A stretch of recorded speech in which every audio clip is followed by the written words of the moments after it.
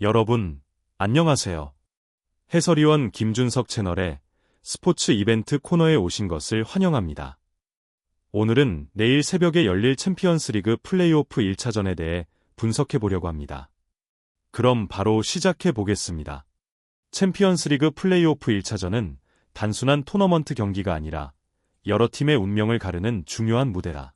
16강 진출 티켓은 야망과 실패의 경계선이며 강팀들이 흔들릴 수도 있고 낮게 평가된 팀들이 이변을 일으킬 수도 있는 순간이다.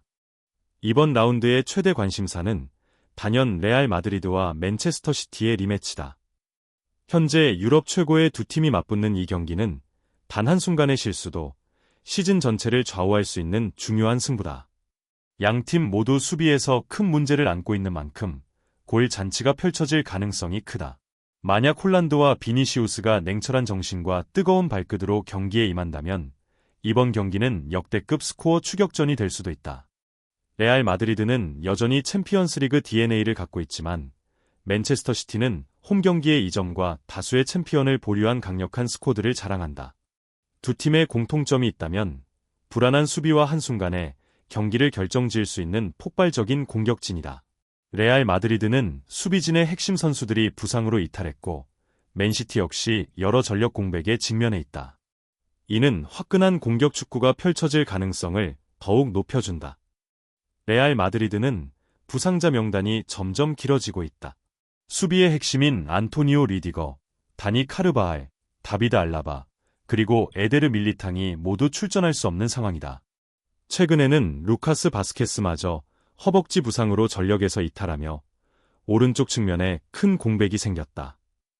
카를로 안첼로티 감독은 어쩔 수 없이 페데리코 발베르데를 오른쪽 풀백으로 기용할 가능성이 높으며 센터백 조합은 아우렐리앙 추아메니와 라울 아센시오가 맡을 것으로 보인다.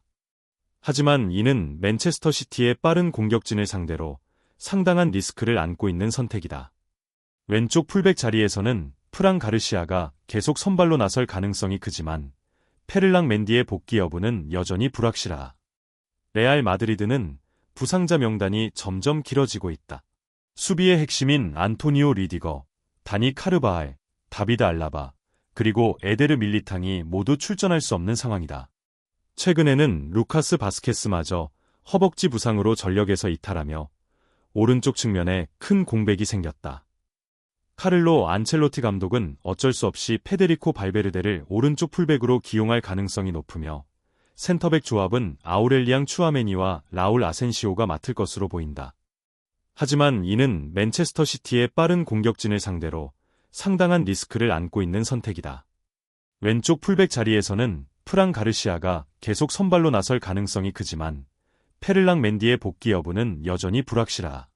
레알 마드리드는 비니시우스 주니오르, 킬리안 음바페, 주드 벨링엄, 그리고 호드리구로 구성된 공격진의 절대적인 신뢰를 갖고 경기에 나선다. 이 네 선수는 올 시즌 합쳐서 신골 이상을 기록하며 엄청난 득점력을 보여주고 있다. 음바페는 라리가에서 연일 득점포를 가동하며 압도적인 경기력을 선보이고 있으며 벨링엄은 단순한 미드필더가 아닌 지능적인 박스 침투로 상대를 위협하는 강력한 골잡이로 자리 잡았다. 비니시우스와 호드리구 역시 플레이 스타일을 점점 더 완성해가고 있으며 특히 유기적인 연계 플레이와 수비 가담 능력까지 한층 발전된 모습을 보이고 있다. 맨체스터 시티도 전혀 뒤처지지 않는다. 엘링 홀란드는 아직 최고의 컨디션은 아니지만 여전히 탁월한 골 감각을 지닌 득점 기계다. 케빈 더 브라위너는 오랜 부상 공백을 딛고 복구하자마자 루턴 타운을 상대로 결승골을 터뜨리며 존재감을 과시했다. 필 포든과 사비뉴 역시 펩 과르디올라의 공격 시스템에서 중요한 역할을 맡을 수 있으며 베르나르두 실바는 언제든 흐름을 바꿀 수 있는 예측 불가능한 카드다. 비록 몇몇 핵심 선수들이 빠졌지만 맨시티는 여전히 레알 마드리드의 불안한 수비진을 강하게 압박할 수 있는 충분한 전력을 갖추고 있다. 이런 가정을 한번 해보자. 2월 초 브레스트가 PSG에게 2대5로 대패한 경기는 단순한 방심이 아니라 의도적인 눈속임일 수도 있다. 흥미로운 점은 비록 스코어상으로 PSG에게 압도당했지만 브레스트는 결코 기회 창출에서 밀리지 않았다는 것이다.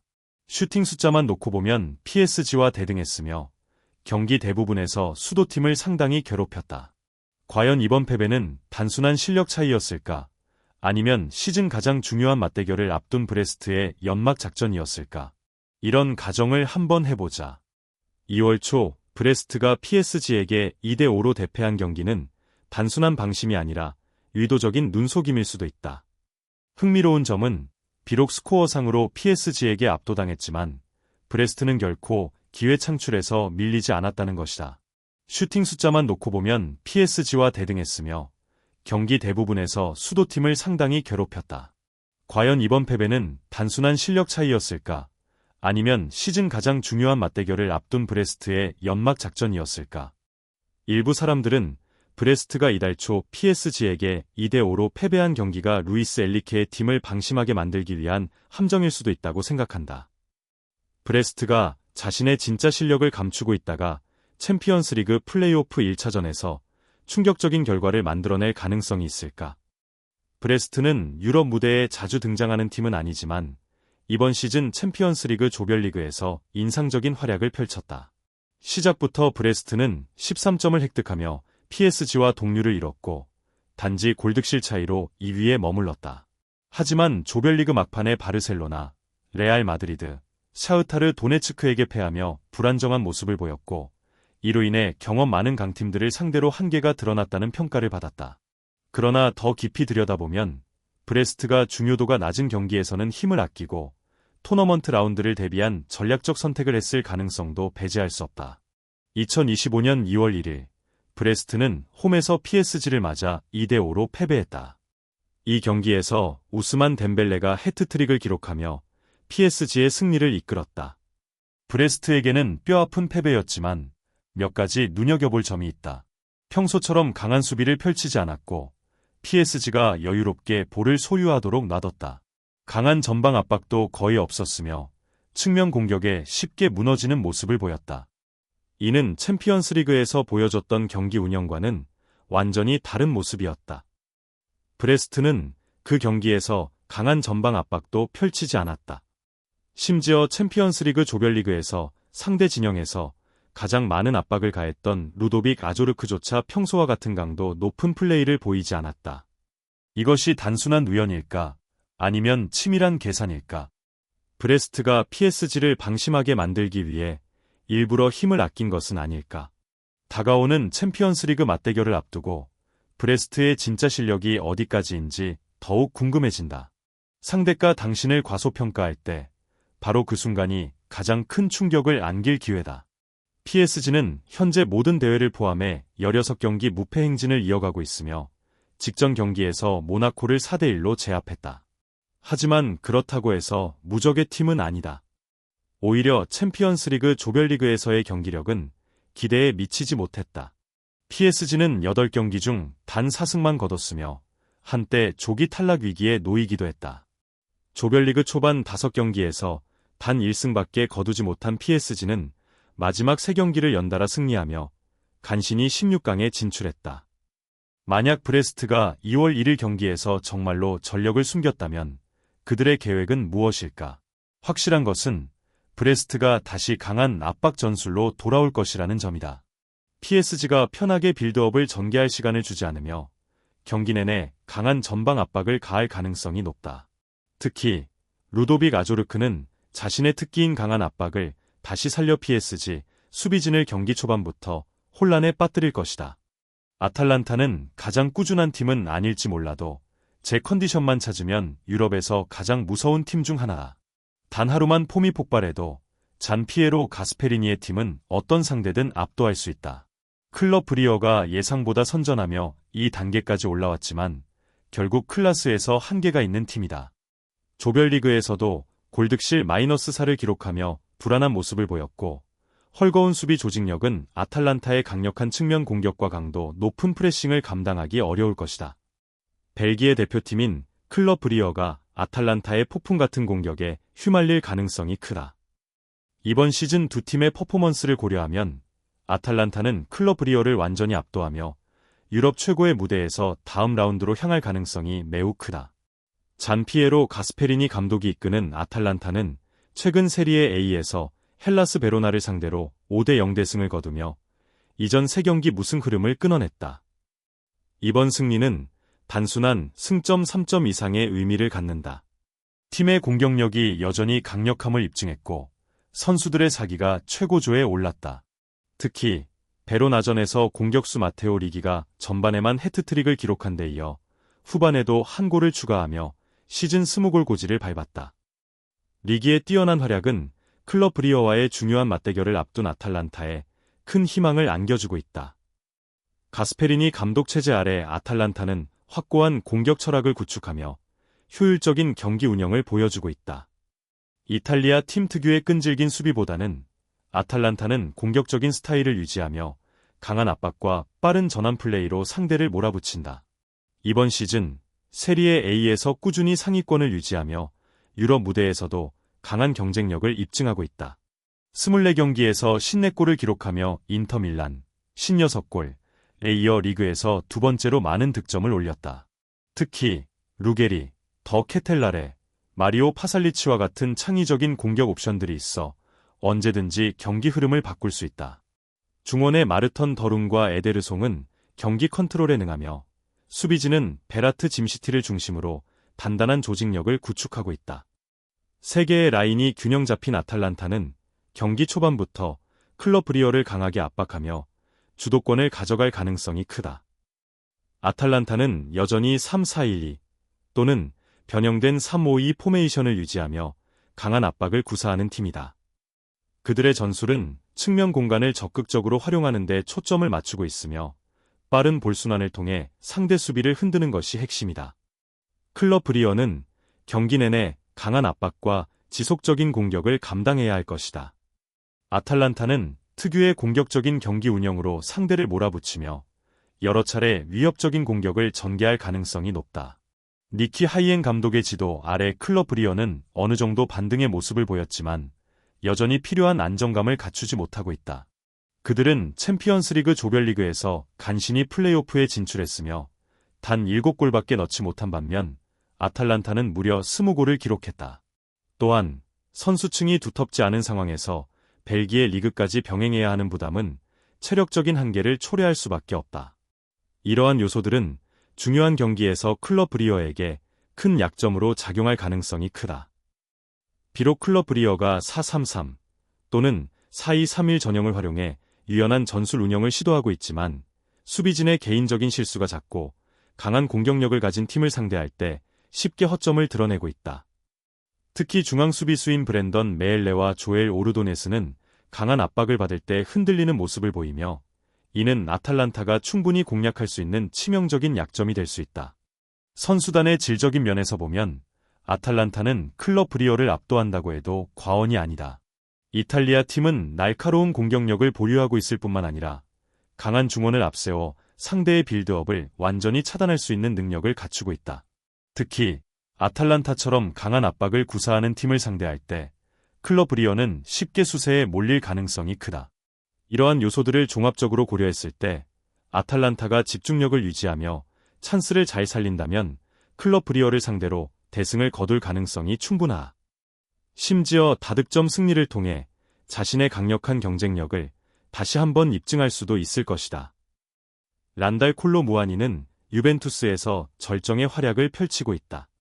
프랑스 출신 스트라이커는 최근 칼리아리를 상대로 결승골을 터뜨렸으며 그 이전에도 흑백 유니폼을 입고 5골을 기록하며 인상적인 경기력을 선보였다. 그러나 유벤투스의 문제는 무엇일까? 바로 형편없는 찬스 메이킹 능력이다.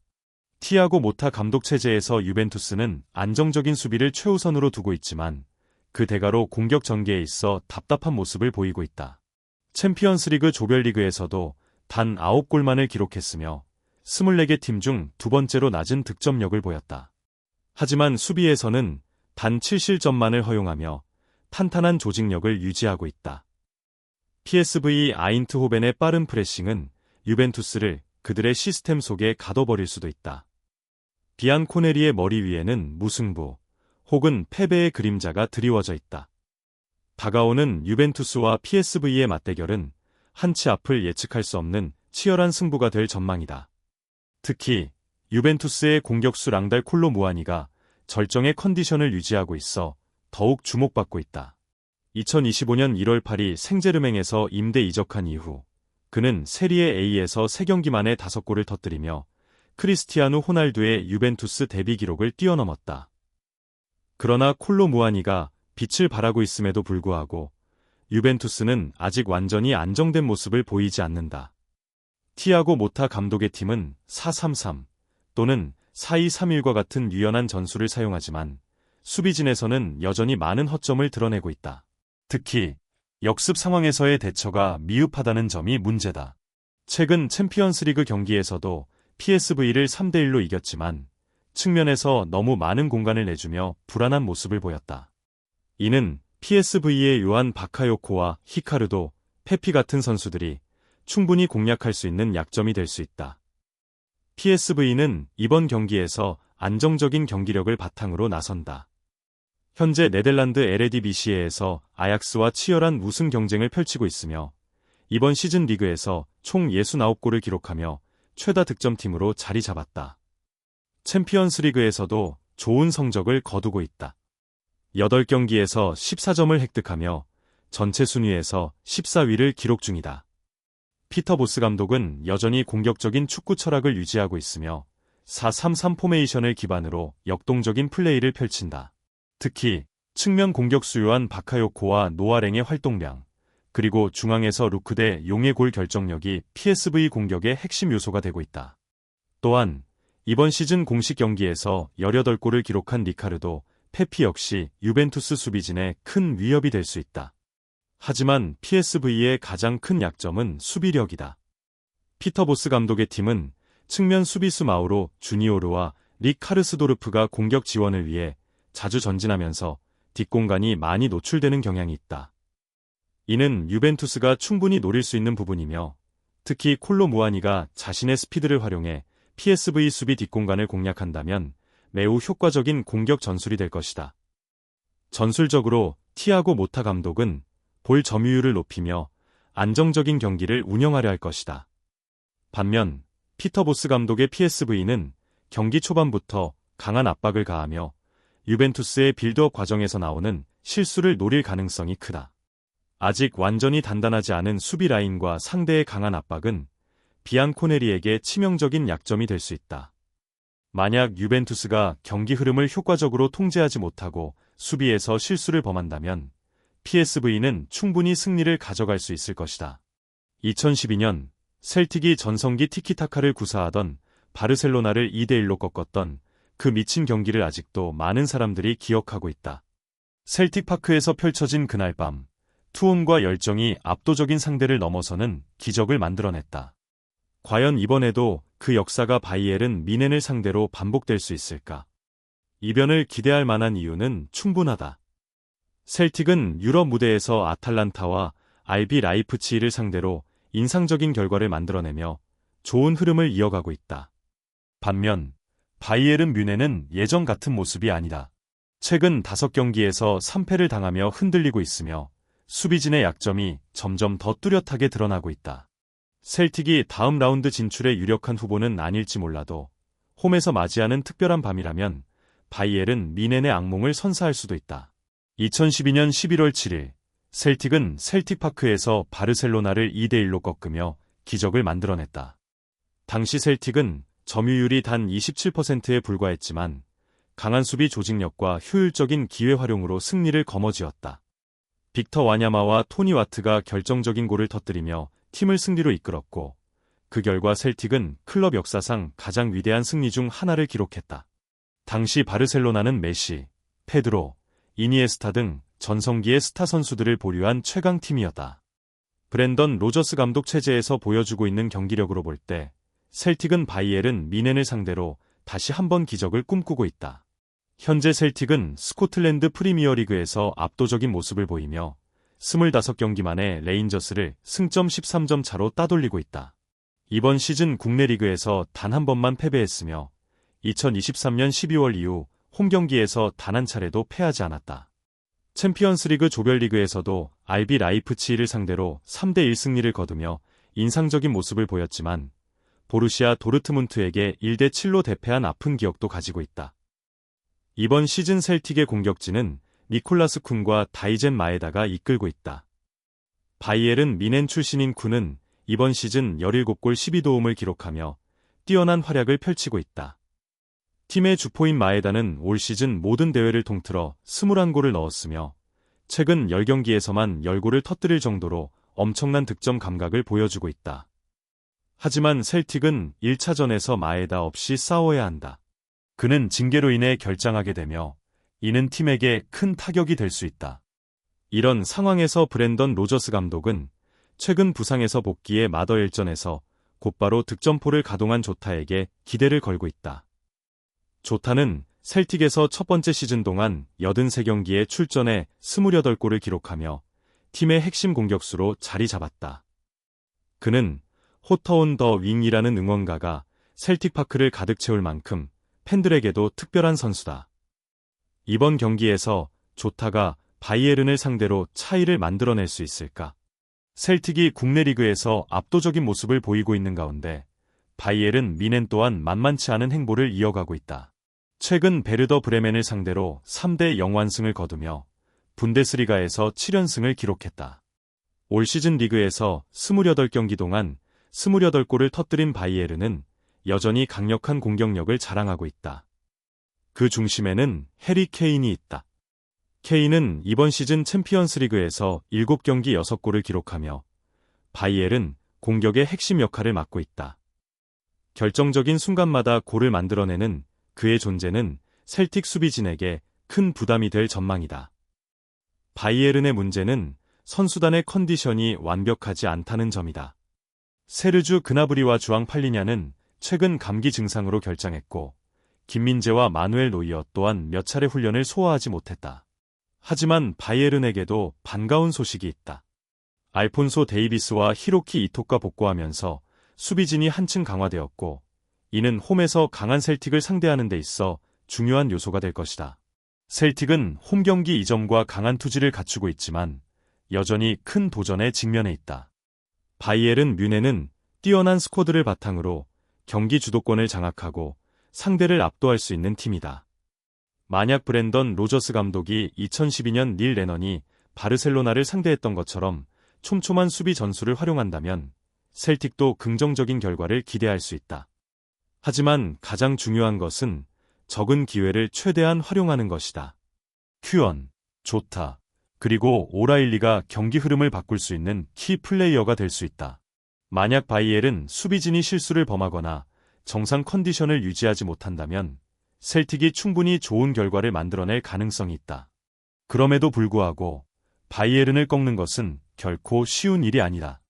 셀틱이 바이에른에게 쉽지 않은 경기를 강요할 수는 있겠지만 2012년 바르셀로나전의 기적을 다시 재현하는 것은 여전히 멀고도 험난한 꿈일지도 모른다. 공격 축제, 예상치 못한 충격, 그리고 압도적인 승리까지 챔피언스리그 플레이오프 1차전은 예측 불가능한 드라마를 예고하고 있다. 강팀들이 클래스의 차이를 증명할 것인가? 아니면 또 하나의 동화 같은 기적이 탄생할 것인가? 준비하라. 이번 라운드는 결코 마음이 약한 이들을 위한 무대가 아니다. 김준석 해설위원 채널에 흥미로운 소식을 시청해주셔서 감사합니다. 앞으로도 함께하며 더욱 다양한 소식을 전해드리겠습니다. 하루도 놓칠 수 없는 뜨거운 축구 소식을 계속해서 받아보시길 바랍니다. 영상이 마음에 드셨다면 좋아요와 구독 부탁드립니다. 다음 영상에서 다시 만나 뵙겠습니다.